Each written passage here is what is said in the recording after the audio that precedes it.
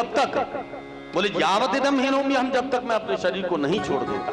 लो कर लो बात, तुम्हें तो इच्छा मृत्यु का वरदान है, कहीं साल 2 साल तुमने शरीर ही नहीं छोड़ा तो क्या मैं खड़ा रहूंगा? बोले बिल्कुल, मैंने जो आदेश दिया। और ये नहीं रोना सा मुंह लेकर खड़े हैं, प्रसन्न हासारणलोचन उन्नसन मुखाम मुझो ध्यान पथशत्रु, बिल्कुल हंसता हुआ चेहरा न होना चाहिए। उस हंसते हुए चेहरे को देखकर ही तो हमारा हृदय गदगद हो, प्रसन्न चित्त होगा। रोना सा चेहरा हमें नहीं देखा।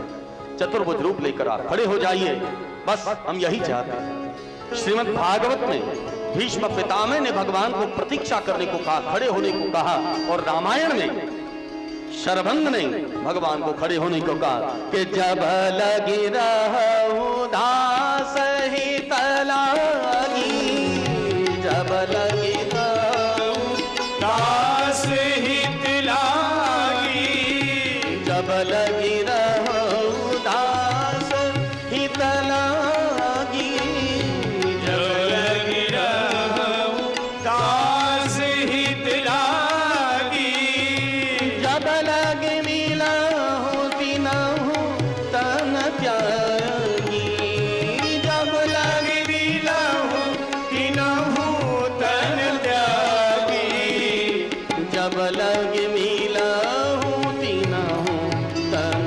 त्यागी, जब लगे मिलहूं तिनहूं तन त्यागी।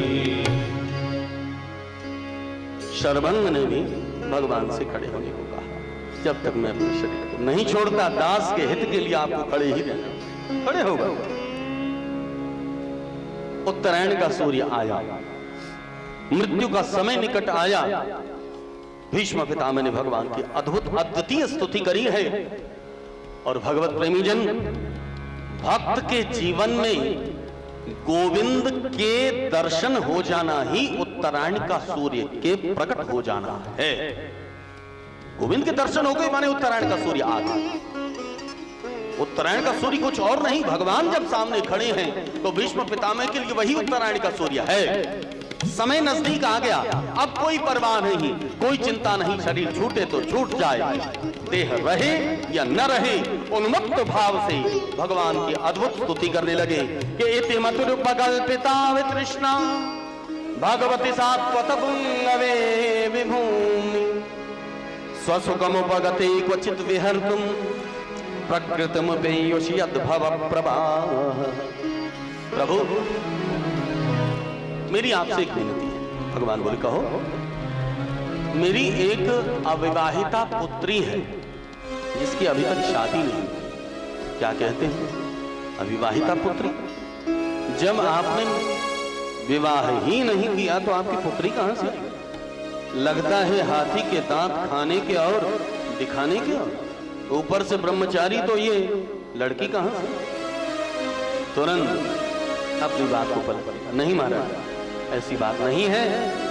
बात यह है कि वेदांत के अनुसार जीवात्मा की बुद्धि को उसकी पत्नी माना जाता है, लेकिन मैंने बुद्धि को अपनी पत्नी न मानकर पुत्री माना। अभी तक उसकी शादी नहीं करी, सोच रहा था कोई योग्य वर मिल जाए तो विवाह कर। अब जब आप जैसा दूल्हा मिल गया तो फिर मुझे अपनी कन्या के लिए और किसी के लिए चिंता करने की आवश्यकता नहीं है। मैं अपनी अविवाहिता बुद्धि रूपी कन्या को आपके श्री चरणों में समर्पण करता हूं। आप उसके साथ पाणी ग्रहण कीजिए, विवाह कीजिए। प्रभु जितनी आप देखने में सुंदर हैं, स्वभाव भी आपका उतना ही निर्मल है, उतना ही कोमल। इस महाभारत के युद्ध में आपने संकल्प लिया था कि मैं अस्त्र शस्त्र धारण नहीं करूंगा, और मैंने भी संकल्प लिया था कि मैं आपके हाथों में अस्त्र शस्त्र धारण कराऊंगा ही। आप रथ का पहिया लेकर मुझे मारने के लिए दौड़े, लेकिन वस्तुतः मुझे मारने के लिए नहीं दौड़े। अरे जिसकी भ्रकुटी के टेढ़ा कर लेने पर सृष्टि स्थिति प्रलय एक साथ हो जाती हैं, तो क्या उसे मारने के लिए भला रथ का पहिया उठाकर मारने की आवश्यकता है? दौड़ने की आवश्यकता है?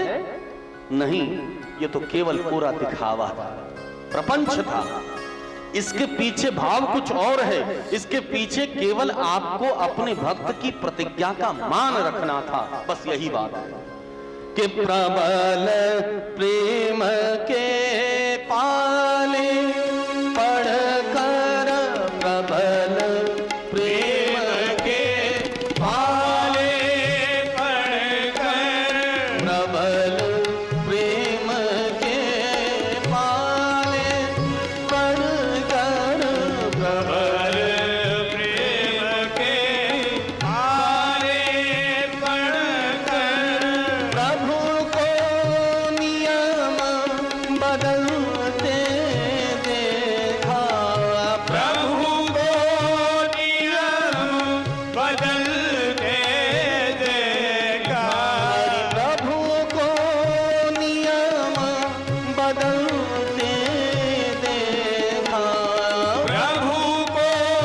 नियम बदलते देखा, प्रभु का मान गले टल जाए, प्रभु का मान गले टल जाए, प्रभु का मान गले टल जाए, प्रभु का मान गले टल जाए, भक्त का मान न टलते देखा, भक्ति का मान न टलते देखा, भक्त का मान न टलते देखा, भक्त का मान न टलते देखा, प्रबल प्रेम के पाले पढ़कर, प्रभु को नियम बदलते देखा, प्रबल प्रेम के पाले पढ़कर, प्रभु को नियम बदलते देखा, प्रभु को नियम बदलते देखा, प्रभु को नियम बदलते देखा। प्रबल प्रेम के पाले पढ़कर प्रभु को नियम बदलते, नियम बदल गए कि भक्त का, प्रभु का मान टल टल जाए, पर भक्त का मान टलते नहीं देखा। ये स्वभाव है गोविंद, क्या किया जाए। प्रभु अपने स्वभाव के वशीभूत होकर हमेशा भक्त को जिताते रहते हैं। जिस समय हमारी राघवेंद्र सरकार खेला करते थे तो दो मंडलियां थी, एक राम जी की मंडली, एक भरत जी की मंडली। राम जी की मंडली में लखनलाल थे और राम जी बार बार हार जाते। राम जी ने लखन को समझाया, लखन हमारा तो बार बार हारना हो रहा है, तुम चले जाओ भरत की मंडली में। भरत तो जीतने वाला है और हर कोई चाहता है कि हम जीतने वाले की ही मंडली में रहें, तो हम जैसे हारने वाली मंडली में क्यों रह रहे हैं। लखन बोला, दादा मैं इस बात को जानता हूं कि आप हारेंगे तो आपकी हार में भी जीत है। ये तो आप अपने स्वभाव के वशीभूत होकर के आपको भक्त को जिताना है। और भरत जी बार बार खिसियाकर शिकायत करते राम जी के पास में आकर, दादा ये कैसा खेल है जिसमें जीतने की भावना ही नहीं, हार ही खेल, जिताव ही मोही, बार बार खुद हारते हो और हमें जिताते हो। राम जी करें क्या, मजबूर हैं बेचारे, इतने मजबूर हैं कि हमेशा उन्हें भक्तों को जिताना है। प्रेम से बोलो राधे राधे। बस प्रभु मैं समझ गया। अंत में महाराज का चिंतन करते हुए भीष्म पितामह ने महाप्रयाण किया, पंचभूतात्मक शरीर त्याग किया, स्वतः श्वास उपारमत भीष्म पितामह के श्री अंग से दिव्य ज्योति निकली और गोविंद के चरणों में, गोविंद के श्री अंग में जाकर विलीन हो गई। कि बोलिए भक्तवत्सल भगवान की। भगवान पांडवों से अनुमति लिए द्वारिका की तरफ आए। शौनकादिक ऋषियों ने पूछा, महाराज हमने परीक्षित की कथा सुननी चाहिए थी और आप भगवान की कथा सुनाते, कृष्ण की कथा सुनाने लगे, महाभारत की कथा सुनाने लगे। तभी सूत जी को ध्यान आया, रे रे रे रे सच कहते हो, सुनाना तो मैं परीक्षित की ही कथा चाहता था, लेकिन करें क्या, कर्षयति थी कृष्ण, जिसके अंदर वो ग्रेविटेशन पावर है, वो गुरुत्वाकर्षण शक्ति है कि जिस गुरुत्वाकर्षण शक्ति में खिंचे हुए हम जबरदस्ती कृष्ण की तरफ चले जाते हैं। सुनाना कुछ चाहते हैं, सुनाने कृष्ण की कथा लगते हैं। परीक्षित की गर्भ में जाकर भगवान ने रक्षा करी, और जब वही भक्तराज परीक्षित गर्भ से बाहर निकले, तब सभी ने मिलकर, ब्राह्मणों ने इनकी बड़ी प्रशंसा करी। महाराज ये बहुत बड़े राजा होंगे, समस्त सद्गुणों का वास होगा, रंत देव के समान उदार होंगे, यजाति के समान धार्मिक होंगे, सब गुण होंगे। लेकिन किंतु परंतु लेकिन ये हमेशा शंकालु लोग ही करते हैं। जब किंतु परंतु आया, लेकिन शब्द आया, तो युधिष्ठिर का दिमाग तुरंत कौंध गया। ये क्या कहते हैं, किंतु परंतु क्यों, लेकिन क्यों? महाराज श्रृंगी ऋषि के अभिशाप, श्रृंगी के अभिशाप के कारण इनको सप्तम तक्षक सर्प के दंशन से अभिशप्त होने का अभिशाप मिलेगा। इसलिए जैसे ही ये बात सुनी, घबरा गए। महाराज ये अभिशाप उनके लिए, इतने बड़े भक्त के लिए अभिशाप? बोले घबराई मत, अभिशाप भी वरदान है, क्योंकि संत अगर अभिशाप भी देते हैं तो उस अभिशाप के पीछे उनका वरदान छिपा हुआ है। परीक्षित को अगर अभिशाप न लगा होता तो 7 दिन तक सुखदेव जी न कथा सुनाते और न हम सबको कथा सुनने का अवसर पाते। ये सब उन्हीं की कृपा है। चारों तरफ परीक्षा करने लगे, क्या ये वही हैं जिनको मैंने गर्भ में दर्शन किया? क्या ये वही हैं जिनको मैंने गर्भ में दर्शन किया? परीक्षा करने के कारण इनका नाम हुआ परीक्षित। बड़े होने लगे। एक दिन विदुर जी महाराज ने आकर धृतराष्ट्र को फटकार लगाई, जो इस समय पांडवों के पास में रह रहे थे। छी छी छी धृतराष्ट्र, तुम्हें लाज नहीं आती? जिन पांडवों को मारने के लिए तुमने इतने को प्रयास किए, आज उन्हीं का दिया हुआ अन्न खाकर तुम जीवित हो। भीमा वर्जतम पिंड बावदत्ते गृहपालव, तुम तो कुत्ते से भी बदतर, तुम्हें लाज नहीं आती? निकल जाओ यहां से अगर तुम अपना सम्मान चाहते हो।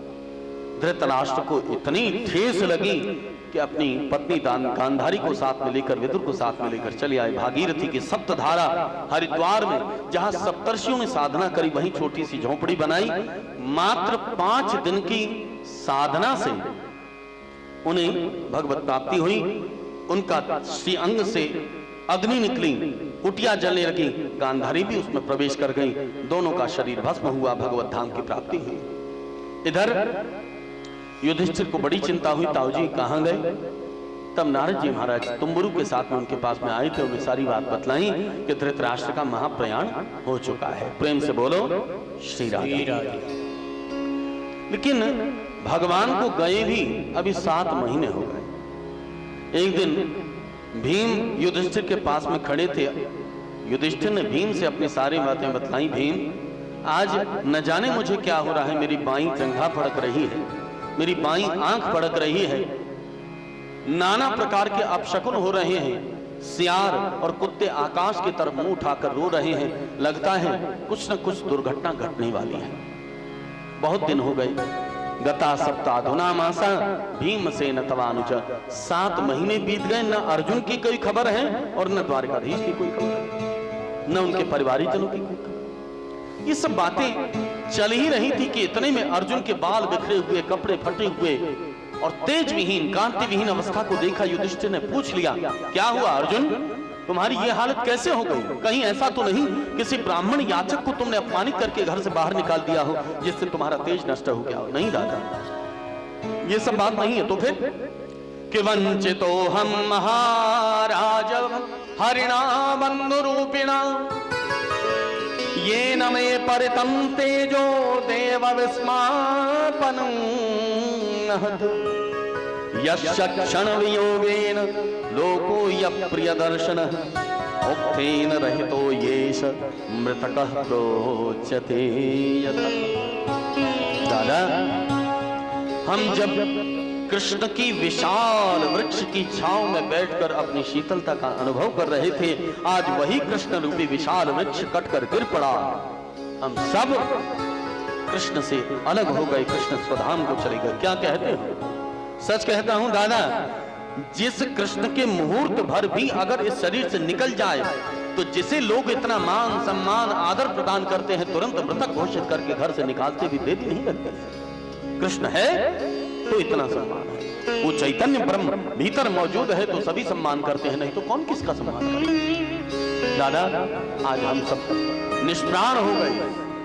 युधिष्ठिर ने तत्क्षणात निर्णय लिया कि जिस कृष्ण की कृपा से इतना बड़ा राज्य हमको मिला, आज वो कृष्ण ही नहीं है तो हम इस राज्य को लेकर क्या करें। परीक्षित को राज्य तिलक किया, सभी पांडवों ने महानिर्वाण किया, महाप्रयाण किया, उत्तरांचल की तरफ जाकर सभी को भगवत धाम की प्राप्ति हुई। बोलिए भक्तवत्सल भगवान की। परीक्षित ने उत्तर जी महाराज की पुत्री इरावती के साथ में विवाह किया। जन्मेजय इत्यादि 4 पुत्र हुए। कृपाचार्य को आचार्य बनाकर गंगा तट पर 3 अश्वमेध यज्ञ किए। जहां जहां गए अश्वमेध यज्ञ में वहां वहां पांडवों की बड़ी प्रशंसा सुनने को मिली। महाराज आप ऐसे हैं, आपके कुल में इतने बड़े पांडव हुए, बड़ा आनंद मिला, बहुत प्रशंसा उनको जब सुनने को मिली तो इतना अद्भुत आनंद हुआ कि क्या कहना। भाई अपने कुल में वंशज अगर पवित्र कार्य करके आए हों और परवर्ती लोग उसकी प्रशंसा को गाएं तो सुनने में अच्छा लगता ही। आज अर्जुन परीक्षित को बहुत आनंद आया, ये सारी बात सुन के बहुत आनंद आया। परीक्षित को हर तरफ आनंद ही आनंद मिला। लेकिन भगवत प्रेमीजन,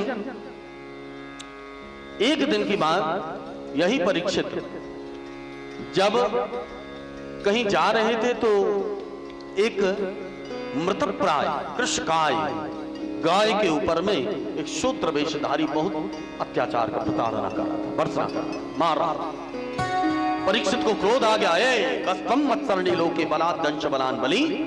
कौन है रे तू जो पांडवों के राज्य में आकर कृष्ण प्रिया गायों के ऊपर अत्याचार करता है? निकल जा यहां से अगर तू अपनी प्राणों की रक्षा चाहता है। तुरंत चरण पकड़ लिए, महाराज कहां जाऊं, कहां जाऊं? आप रहने के लिए मुझे कोई स्थान प्रदान कीजिए। मेरा परिचय, मैं कलियुग कली। तुम्हारा इतना बड़ा दुस्साहस, मेरे राज्य में तुम आए, निकल जाओ यहां से। नहीं महाराज, मैं जाऊं कहां, मुझे रहने के लिए जगह दे दीजिए, मैं अभी जाता हूं। बोल जाओ, मैं तुम्हें 4 स्थान प्रदान करता हूं। द्योतम पानम स्त्रियसूना यत्रा धर्म चतुर्विध। द्योतम पानम स्त्रियसूना यत्रा धर्म चतुर्विध। जहां जुआ खेला जाता हो, जहां मदिरा पान होती हो, जहां वेश्यावृत्ति होती हो और जहां हिंसा होती हो, ये 4 जगह कलयुग के निवास स्थान है। ये 4 रूम्स का फ्लैट यही कलयुग का है।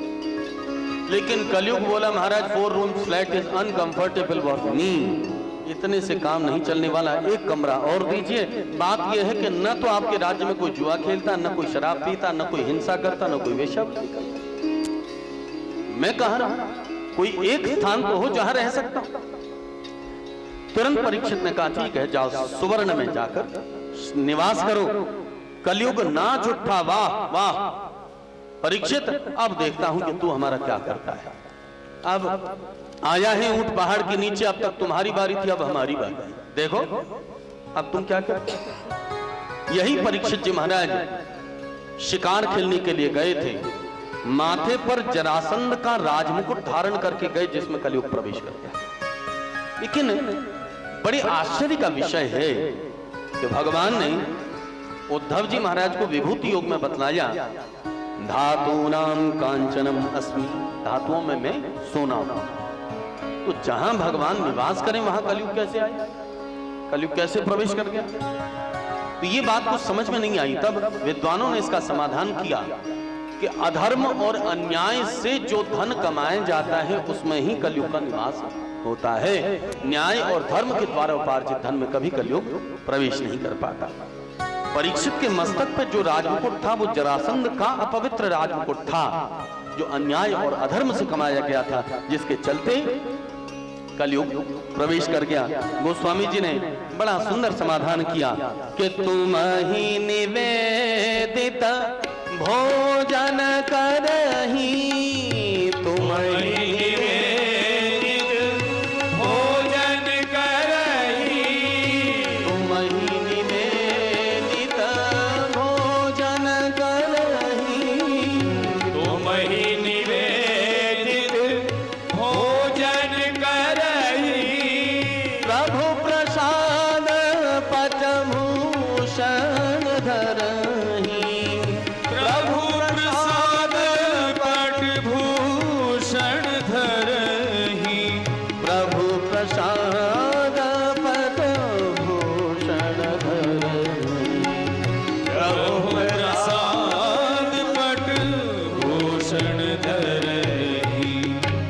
जो भी हमारे पास में है, एकादश में निर्देश दिया गया कि कायेन वाचा मनसेन्द्रियैर्वा बुद्ध्यात्मना वानुषित स्वभाव करोतु यत् सकलं परस्मै नारायणायेति समर्पयेत्। जो भी है आपके पास, कहने की आवश्यकता नहीं, वस्त्र है, अलंकार है, आभूषण है, भोज्य पदार्थ है, कुछ भी है, पहले ठाकुर को निवेदन करो।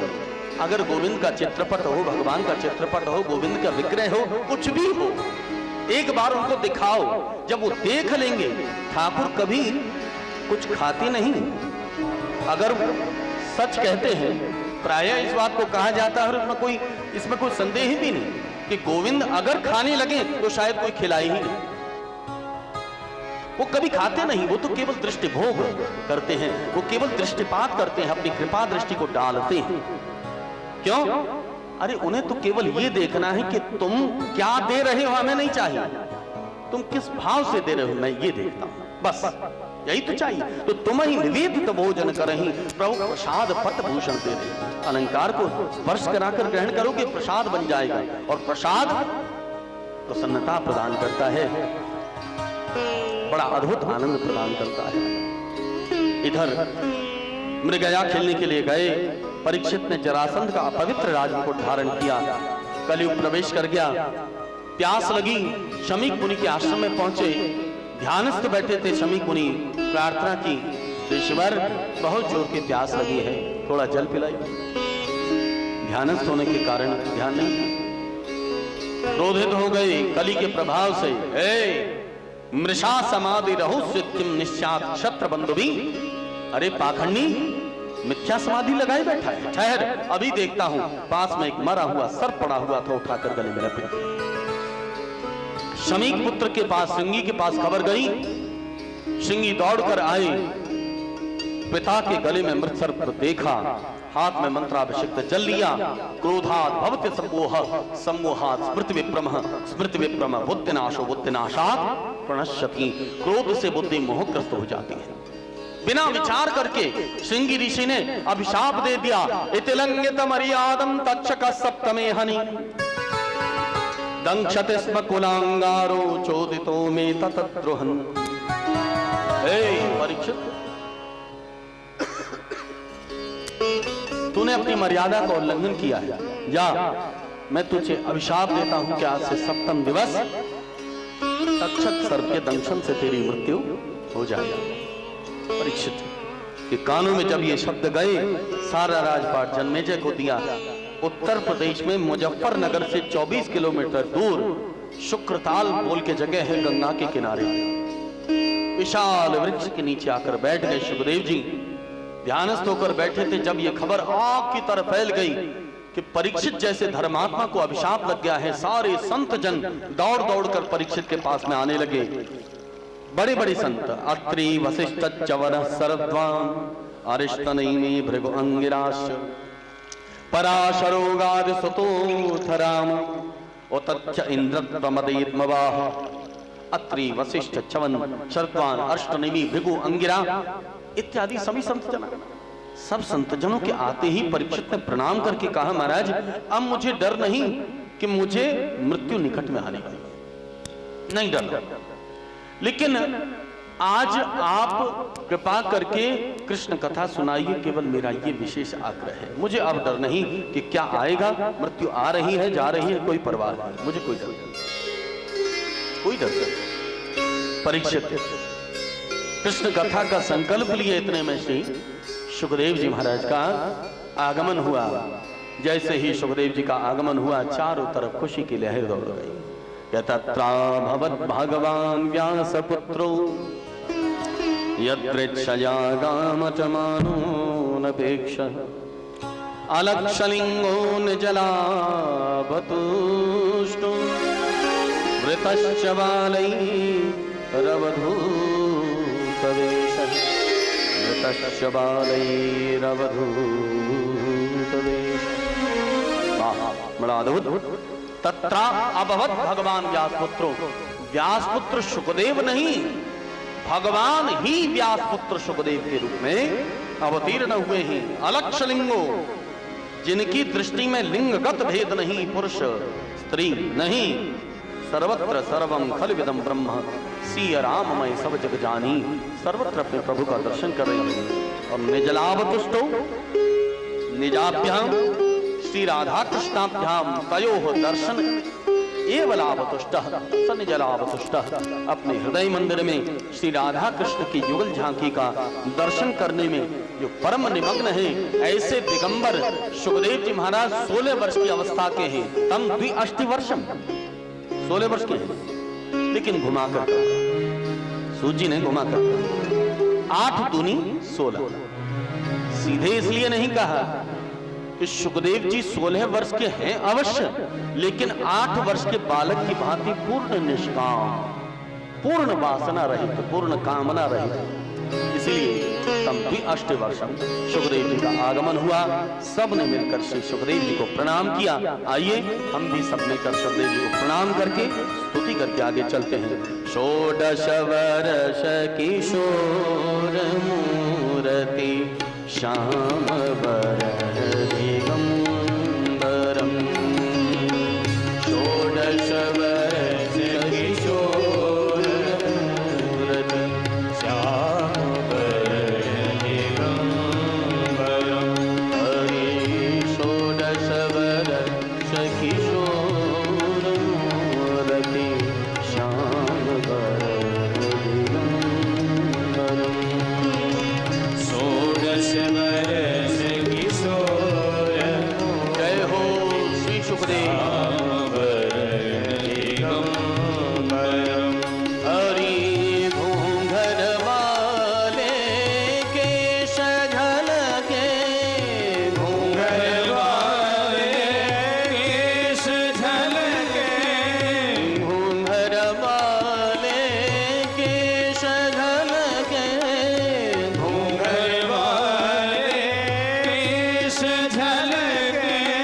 श्री शुक चरण प्रणाम्य हम, श्री शुक चरण प्रणाम हम, श्री शुक चरण